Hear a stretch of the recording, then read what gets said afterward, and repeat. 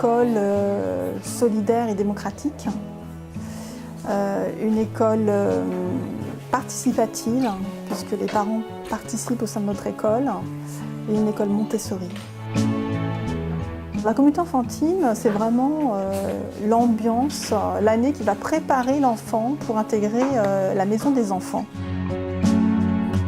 Les parents arrivent dans l'école entre 8h30 et 9h.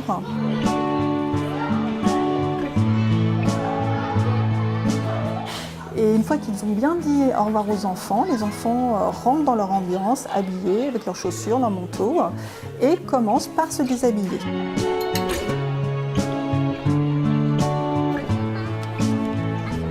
Donc ensuite, une fois que l'enfant est déshabillé, en chaussons, il va pouvoir prendre l'activité qu'il souhaite dans son ambiance.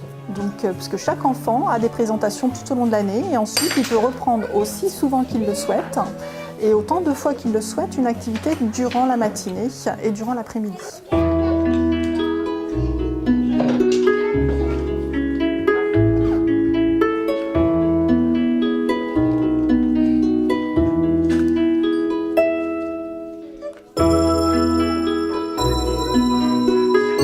Donc après ce temps de travail autonome, les enfants mettent en place leur temps du repas, par eux-mêmes également, vont porter des tables, vont amener leur assiette, leur verre, vont chercher leurs serviettes, les lunchbox et vont se servir par eux-mêmes. Et ensuite, ils vont débarrasser et tout mettre par eux-mêmes dans le lave-vaisselle, dans les bassines adéquates, etc. pour ensuite pouvoir aller faire leur sieste. L'éducateur Montessori, en 2-3 ans ou en 3-6 ans, c'est être absent quand c'est nécessaire et c'est être présent quand c'est nécessaire pour l'enfant. Ma fille a beaucoup évolué. Des fois, en tant que parent d'une fille unique, on est plutôt vers la protection, vers le faire pour elle. Et ça, le fait d'être inscrite dans cette école et qu'elle soit aussi confrontée à l'indépendance, à faire par soi-même, ça nous met aussi un limite à nous, en tant que parents, de dire « Ok, je laisse faire ma fille, je prends confiance en elle ». Et pour moi, c'était plutôt un challenge comme parent. Et ma fille, bien sûr, a beaucoup évolué, mais moi, comme parent, j'ai beaucoup évolué moi aussi. Il y a plusieurs critères pour que ça fonctionne.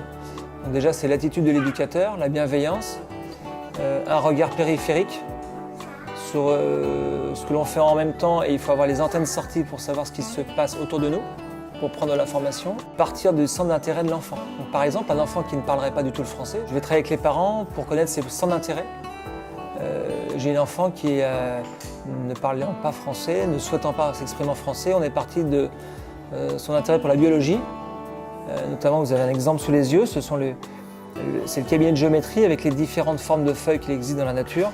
On est parti de ça, on a fait un petit livret, donc là l'enfant a reproduit ces formes en 2 dimensions, les a coloriées, a fait un livret, on a écrit leur nom. Et puis en fait on lui a montré concrètement qu'on s'intéressait à ce qui l'intéressait. Et à partir de là, une relation se crée. Et du coup, l'enfant sait que nous sommes une aide pour lui. Un de nos rôles est de participer aux différentes tâches qui aident les enseignants à prendre soin de nos enfants. Par exemple, nous nous occupons de surveiller les enfants pendant la récréation ou de réaliser le ménage le soir ou alors de surveiller les enfants pendant la garderie.